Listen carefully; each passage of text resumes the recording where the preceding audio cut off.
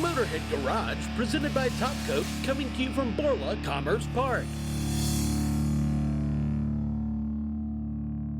You know, it's just good business sense that car manufacturers have figured out a way to use the same power plant across different cars in their line.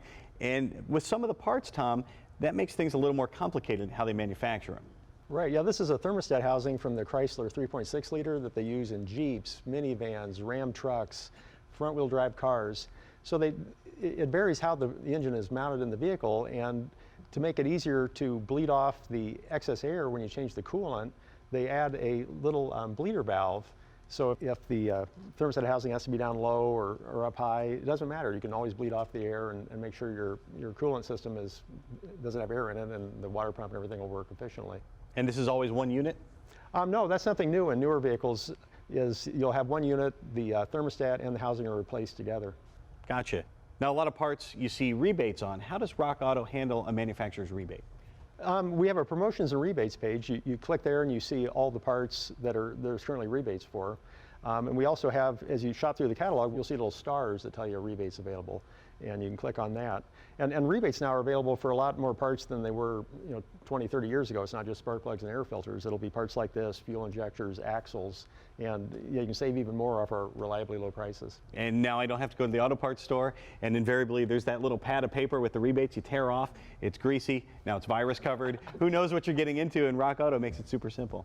Right, yeah, you don't have to ask, is a rebate available? You can see, hey, the little star, look on the promotions and rebates page. So rebates can make reliably low prices even lower at rockauto.com.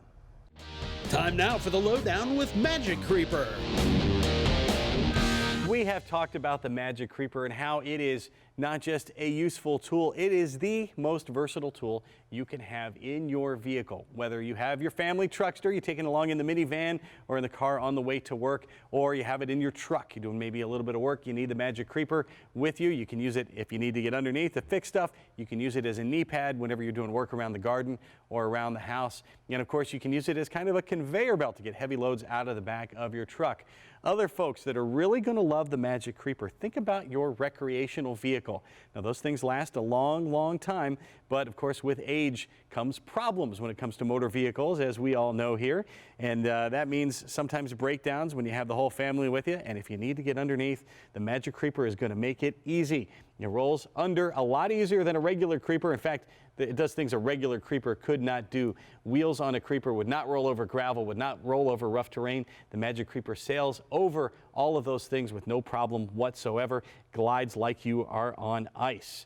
And think about others who could use this. Long-haul truckers, carry this in your truck. Anytime you have a similar problem on the side of the road, as often happens with truckers, the Magic Creeper is going to help you get under your vehicle, or is going to help you as you're beside your vehicle getting repairs. And of course, fleets can benefit from the Magic Creeper. Military, these are only 3 pounds a piece, so you can throw them inside the vehicle. You'll never even know it's there, and it'll be there when you need it. Police stations across the U.S., any kind of EMS services, these can be thrown in the vehicles.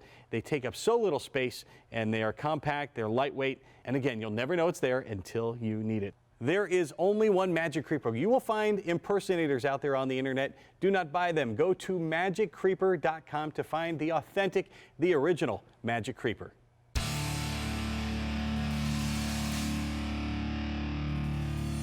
Let me give you a scenario that everybody can relate to. You're going down the road, you hit the brake pedal, and bam, you start feeling a pulsation or a shimmy in the steering wheel. Probably resulted from lateral runout. I'll show you how to measure that real quick. Just go ahead and take your wheel off. Ferrari was nice enough to give us these studs, but if your rotor's loose, put some lug nuts on and secure them. I got a dial indicator set up right here, zeroed out, touching the rotor. Just simply go around and spin your rotor around. And what you don't want is any more than 3 thousandths. If you have more than 3 thousandths, well, guess what?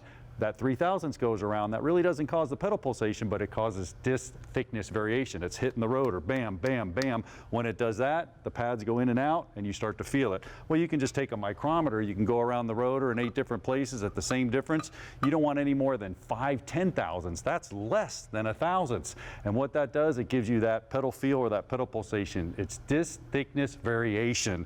Now, how do you stop that? Well, don't over torque the lug nuts. Make sure that your surfaces are clean between your rotor and your hub, and when you put everything back together, use proper torque specifications, because you don't want to go down the road and feel that pedal pulsation. These 2 measurements along with those tips will help you avoid that. Still to come, the annual NSRA Nationals features the best of the best, including a 1929 Woody that'll knock your socks off. Motorhead Garage presented by Top Coat continues right after this.